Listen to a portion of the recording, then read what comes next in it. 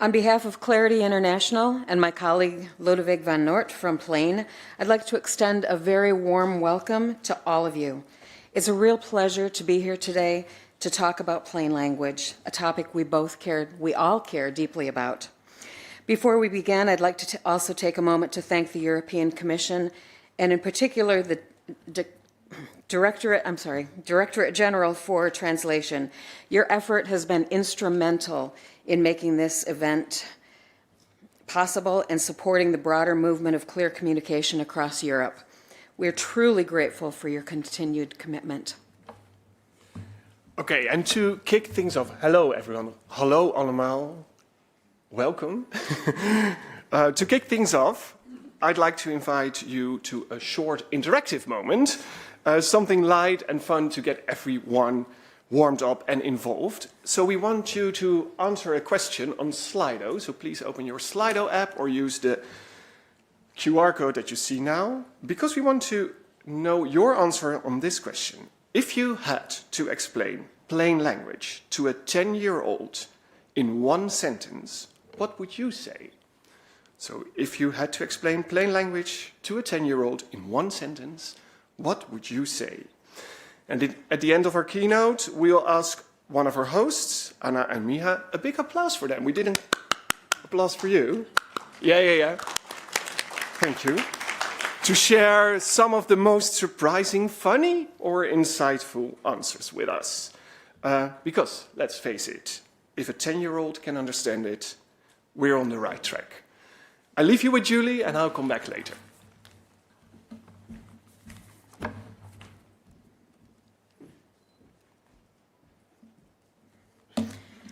My journey through plain language has been shaped by decades in my state's appellate courts, by years teaching law students, and by years helping lead plain language initiatives worldwide. And what I've learned is this: plain language is not cosmetic, it's essential. If people can't understand the law, they can't use the law. And if they can't use the law, then justice remains unattainable. Today, I want you to hold two ideas together. First is that precision matters deeply in law. It's essential. And second, that precision is compatible with plain language. In fact, clarity helps us be more precise because readers can accurately apply what we write. Imagine a tenant trying to decide whether to pay a fee or challenge a fee. Imagine a small business owner attempting to choose between two or more compliance options. In both cases, the difference between confusion and understanding can be the difference between losing a right or exercising a right. Our aim isn't simplification for its own sake. Our aim is faithful communication, the kind that allows readers to make timely, informed decisions. Early in my career, I saw briefs and rulings filled with jargon that even lawyers struggle to navigate. Imagine what that means for people representing themselves. But I've also seen how even small changes can change outcomes for ordinary people. We know that law has the power to exclude or invite. We also know that the choice lies in how we communicate it. But if clarity is so powerful, why isn't it already our default? Well, lawyers face three recurring challenges. First, we inherit template documents that are poorly designed, difficult to navigate, and buried in archaic, bloated language. Second, we work under pressure, which tends to nudge us toward copying documents, copying what already exists, instead of taking the time to truly communicate. And third, we fear that plain language will erase nuance or weaken enforceability. But the research says otherwise. Clarity reduces mistakes, reduces questions, shortens negotiation cycles, and increases compliance. The challenge then for us is to balance three demands at once: legal sufficiency, organizational risk, and reader needs. The ISO standard gives us the tools to achieve that balance. Change doesn't happen by accident. It needs systems. And that's why international standards matter so much. In 2023, the world adopted ISO 24495 Part 1, the first global plain language standard. And that standard, as many of you know, sets out 4 guiding principles: relevance, findability, understandability, and usability. These standards guidelines distill years of research, decades of research, into a practical framework. And these interlocking principles help us to do the following. First, to understand readers' needs, to define the audience's needs and the context, who they are, what they need to do after reading. Second, to ensure that readers can find what they need. For example, by using informative headings, by using short sections, by using logical order, logical for the reader, not for us as the writer. Third, to express that information clearly, based on the reader's definition of what is clear. And fourth, to test documents to make sure they actually work for readers. I need my glasses. I'm older. Some amazing individuals worked together for more than 2 years to help create Part 2 of the standard, which gives guidelines for plain legal communication and addresses some of the nuances and unique challenges of legal writing. In that same spirit, here are some of the things that I've learned over the years about writing legal documents in plain language. As a law professor, I watched students discover that writing legal documents in plain language requires more skill, not less. Teaching showed me that clarity is not a shortcut. It's discipline and empathy combined. As a city council member, and a nonprofit leader in my hometown, I've learned how clear communication is vital in building trust. Whether it's budgets, whether it's ordinances, whether it's community projects, clarity is almost always the difference between success and failure. In my job at my state Supreme Court, I talk with citizens every day, from lawyers to prison inmates. And I can see firsthand in real time that the way in which we communicate about the law either creates barriers to justice or access to justice. And in my work with Clarity International and the Center for Plain Language over the past decades, I've seen how nonprofit leadership can build global communities devoted to one mission: information that people can actually use. In a world where we are inundated with information every minute of the day, wouldn't it be wonderful if we could actually use more of it?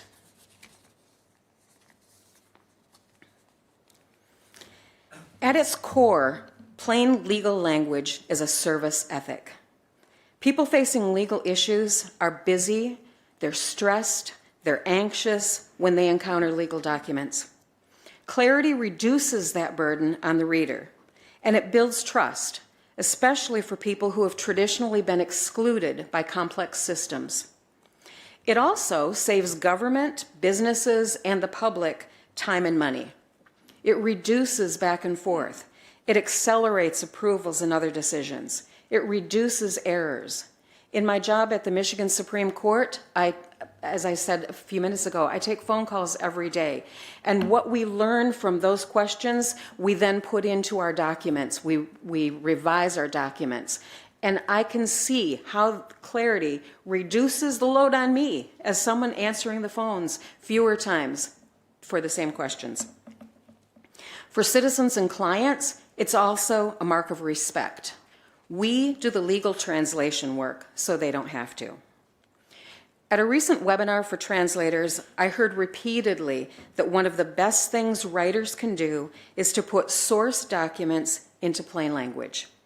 The clearer the source, the truer the translations. And I think this is especially true in legal documents. When we write legal documents plainly, we're not dumbing down the law.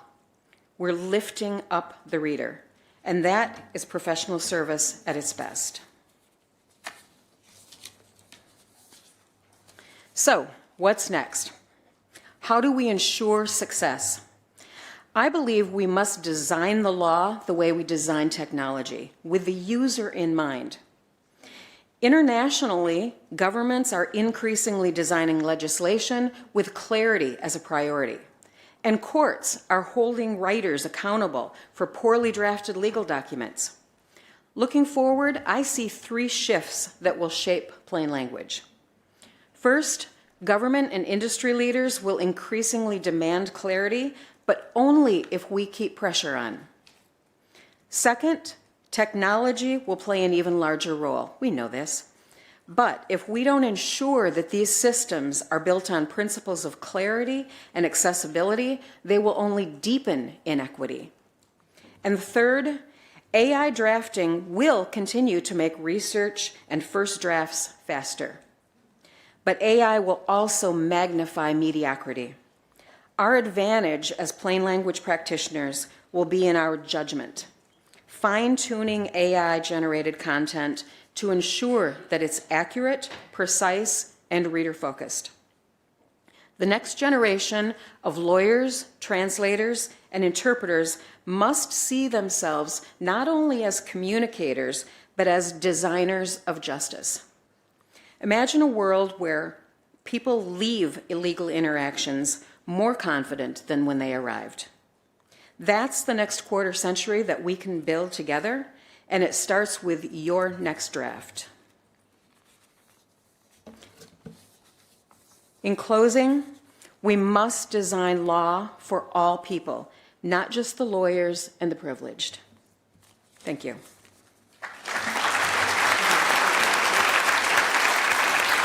Okay, then I will just ask the audience. I'll sort it. I'll ask the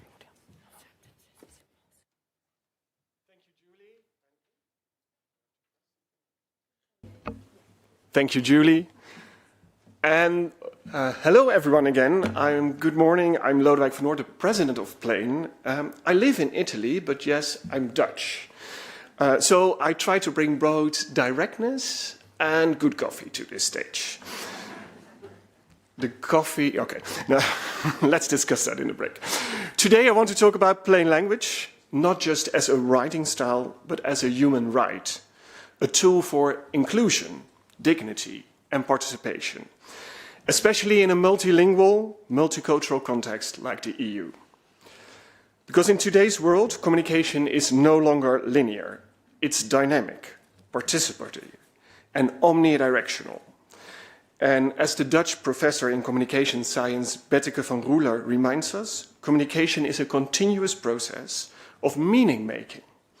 It's not just about sending messages, it's about co-creating understanding. And that's exactly what plain language does. It invites people in, removes barriers.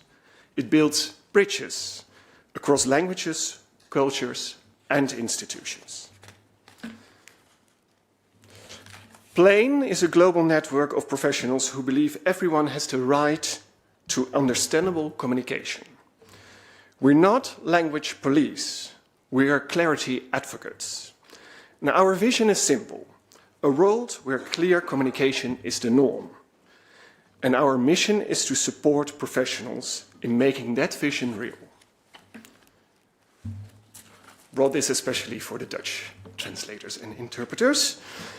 Because the ISO principle has 4 principles, or the ISO standard has 4 principles. Julie told you about that. For a reader, communication would be usable, principle 4, if the information is relevant, principle 1, findable, principle 2, and understandable, principle 3. And these principles help us to design communication that works for everyone. For translators and interpreters, they offer practical guidance to improve quality and consistency. But more than that, they offered a shared language, a framework for collaboration across sectors, languages and cultures. Strategy is not a fixed plan, it's a living process. And these principles help us to stay flexible, responsive and user-centered. They're not just technical guidelines, they're ethical commitments. Standards embed plain language into policy and practice. They support training, quality control, and cross-border collaboration. They turn good intention into sustainable systems. But standards also create legitimacy. All my languages, sorry. As Lodewijk van Noort, that I mentioned earlier, argues, strategic communication needs structure to be credible. And the ISO standard gives us that structure without being rigid. It's language and cultural neutral. It's adaptable. And it's a tool for empowerment. When we use standards, we don't just improve text, we improve lives. Because clarity isn't just about words, it's about access, equity, and trust. According to Willerton, in bureaucratic, so this was my last slide. Here we are. According to Willerton, in bureaucratic, unfamiliar, rights-oriented, and critical situation, what he calls bureauc, clarity is not optional, it's essential. These are moments when people are under stress, facing complex systems, and trying to make decisions that affect their lives. And plain language helps to reduce that stress. It makes rights accessible, produces procedures understandable, and services usable. Strategic communication must be responsive to context. So bureauc situations are high-stake environments where misunderstanding can lead to exclusion or harm. And that's why clarity must be built into every layer of communication, from the original message to its translation and interpretation. And that's why you, as language professionals, and you are so important for this mission. Back to Italy. Communication is not a one-way street. It's not broadcasting, it's tuning in. And for a communication scientist here, you will recognize this model because it's Frank Dan's helical model, best described in this shape of pasta, because it reminds us that communication is an ongoing process. It goes on and on. We learn, adapt, and build meaning together.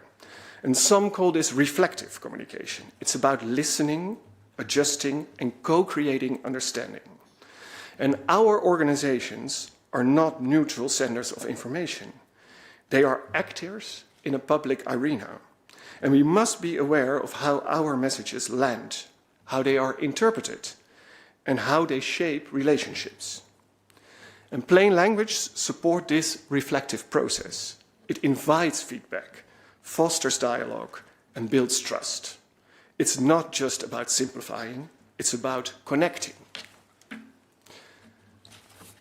Let me share a story from The Hague, the city that I work for and that I was born in. We worked with real people, teachers, young people, residents from diverse backgrounds. And we didn't just ask them to read texts, we asked them what they understood, what confused them, and what they needed. And their feedback changed everything. We rewrote letters, redesigned workflows, and even used serious gaming to explore communication strategies. It wasn't just a project, it was a shift in mindset. We moved from broadcasting to listening, from assuming to asking, and the result, more inclusive, effective, and trusted communication. And I think this reflective action, practice in action is important.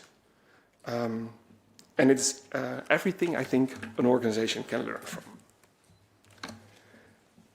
Translators and interpreters, like you all here, are not just messengers. You are designers of clarity. You shape how meaning travels across languages and cultures. You don't just translate words, you translate worlds. And when you apply plain language principles, you make those worlds more accessible for everyone. Access to information is a fundamental human right, and plain language is the tool that makes that right real. Because when people understand their rights, they can exercise them, and that's the foundation of democracy. So let's make clear communication, here we go. Let's make clear communication the norm, not the exception. Let's move from complexity to clarity, from exclusion to inclusion. Translators, interpreters, policymakers, you are all designers of clarity. And together we can build a world where everybody understands and belongs. Communication is a shared space of meaning making. And let's make that space open, accessible, and most important, human. Because clear communication is not a luxury, as we heard, it's a necessity. So as a Dutchman living in Italy, I've learned that clarity is like espresso. Strong, direct, and best served without too much sugar. So it's where Dutch directness meets Italian warmth. And somewhere in between, we find the perfect blend. So let's keep it clear, let's keep it human, and let's keep the conversation going. Thank you, dank jullie wel, grazie mille.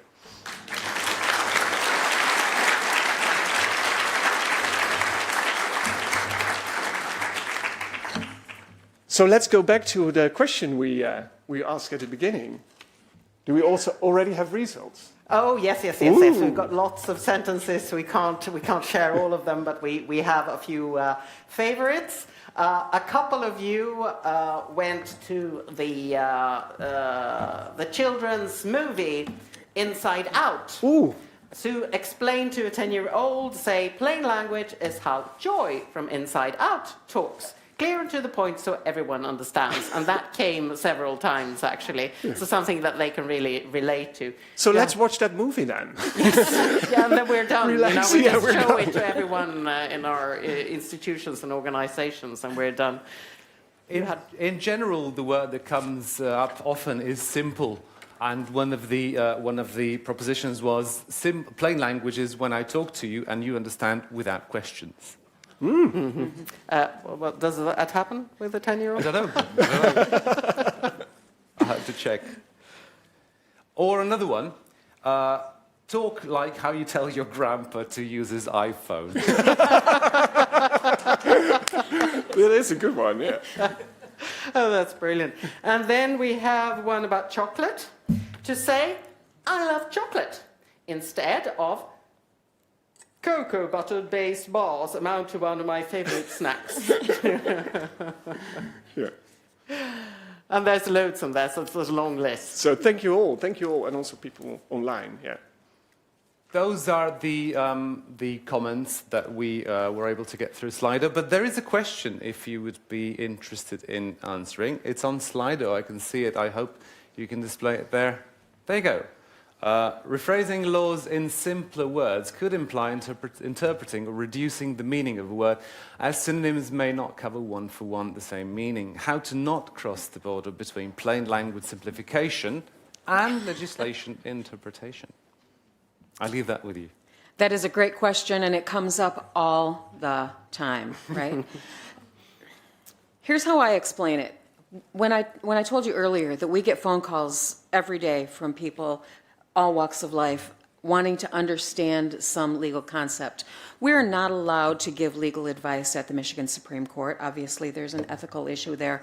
But we can always explain what the person is asking about. We can always explain it in clearer words without destroying the accuracy, without creating legal ambiguity or anything like that. If I can do that on the phone, if my administrative assistant, who has never studied law, if she can do that on the phone with someone, we can do it as the writers. We don't need to put it out there as as a document that you need a law degree to understand if we're communicating with someone who doesn't have a law degree. If there is ambiguity, if there is confusion, we can clear that up along the way. Answering questions and explaining things to people is not creating legal liability and legal risk. It's actually reducing it. And if we're not explaining it clearly, then we don't understand it either, and that's a big problem. And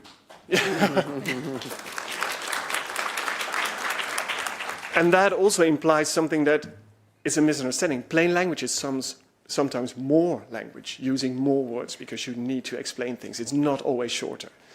So that's something to... Yeah. Yeah, but the 10-year-old doesn't have a very long attention span, but no one does anymore. So. Nobody has a long attention span. Yes, exactly, and I understand not all the audience are 10-year-olds. Do we have a question in the room, perhaps? You've got the mics. Yes. We have a little bit of time. You can use your mic. Just press the button.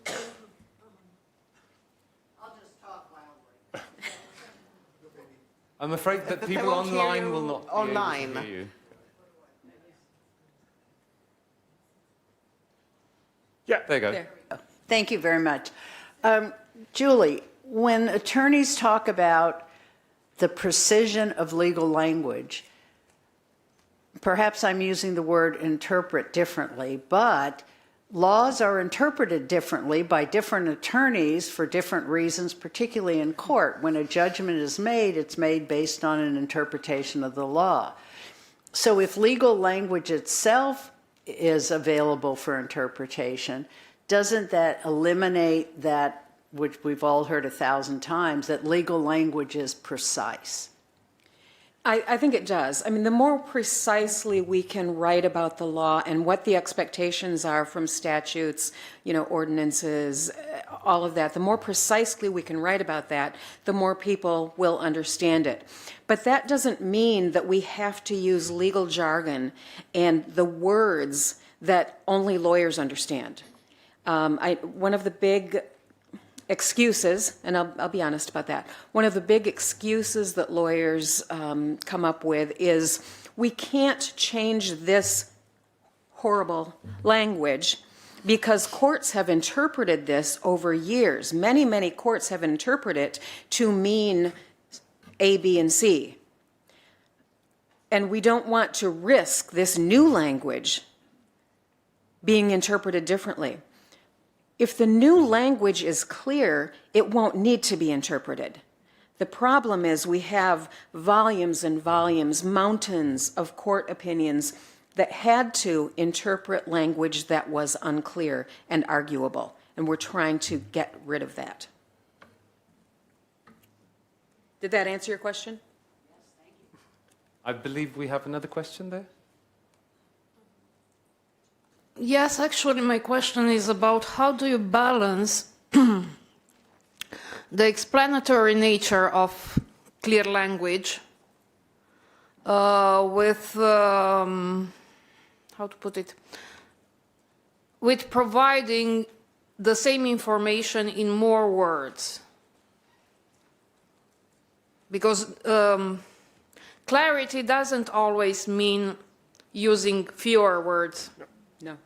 It usually means using more words. However, not everybody has the attention span or the capacity, intellectual capacity, to understand so many words. I don't know how to explain it, it just crossed my mind. But I do understand your question, and I also see something that's quite the same question on Slido here. It's a balancing thing, and how do you do it? I go back to what I said in my keynote. It's a whole communication process, so don't look at that one message or that one letter. I give you a practical example from the city of The Hague, where people can apply for traffic for their children if they are not able to go to school on foot or by bus. So you can apply for a bus by the municipality. That's a very technical and based on laws decision. So it's very difficult to make the decision. And we wrote a letter to people to tell them if they are getting that traffic or not. It was too difficult. So what we tried to do is explain that. So we needed more words, but then exactly what you said, a lot of people don't have the attention to read that. Then you have to go back to your whole communication process. Is the letter the right thing to inform people? Or is it maybe better to call those people or come with them? I found out when I was working on that process that this was only the case for 80 people in the whole city. So it was just 80 people that we worked on for, I think, 2 years on that one letter. What we did then was call them and say, tomorrow you will receive a letter. That letter is quite complex and quite long, but it's needed to tell you if you are able to get that traffic for your kid. When we start calling them and explaining them and need more words and feeling how the other person on the other end is receiving the information, we got no complaints anymore. Everybody understood and accepted our decision. And the letter was just a legal thing that they just put away. They knew that information was there. So you have to always go back to who are I communicating with and what's our communication process, and don't we need another system? So that's something you could do to solve that. Okay, thank you. I don't know if you should maybe have a look at Slido. Which question? For Julie, Professor Julie, regarding your insights on the interplay between conventional legal language and AI-generated legal language. I'm curious to know your perspective on how these two will merge in the future. I don't know. We don't know. I do know that one of the biggest problems right now in AI-generated legal information is hallucinations. I was recently at a conference with appellate court clerks from around the country in the United States, and one of the clerks, during a session on AI in legal documents, during that session, she received an email from her office where someone had challenged a brief that had just been filed, and she showed me, it was all in Spanish, so I couldn't read any of it because I don't read Spanish, but she showed me a list of 26 citations to legal authority that did not exist. And that came in a brief. The other party challenged that and wanted the whole case dismissed. The original writer said, we checked this. What we didn't realize is that when we were checking, we were using the same source. Okay, so could I have another 30 days, 10 days, 2 minutes to rewrite the brief? And the court said, no, the case is dismissed. And I think that's one, how they'll merge in the future, I think is a lot like this, is that the repercussions of the negative will help self-correct, but we have to be vigilant. We'll take just one more, the most upvoted question there, just because I've been guilty of it as well as a translator. What do? Do you fix or do you reflect the unclear nature of the source text in legal translation? I would say the last. Always. Go back to the author, go back to... I've always done that. Yeah. Yes. Thank you very much. Everyone has. Thank you. It is not about translating, it's about giving meaning, giving people access. And you do that by going back to the source and speak to the source. Who are you aiming for and who do you want to reach? Yeah. Thank you. Anna? Yes, yeah, we have time for more questions. Do we have, yes, one at the back.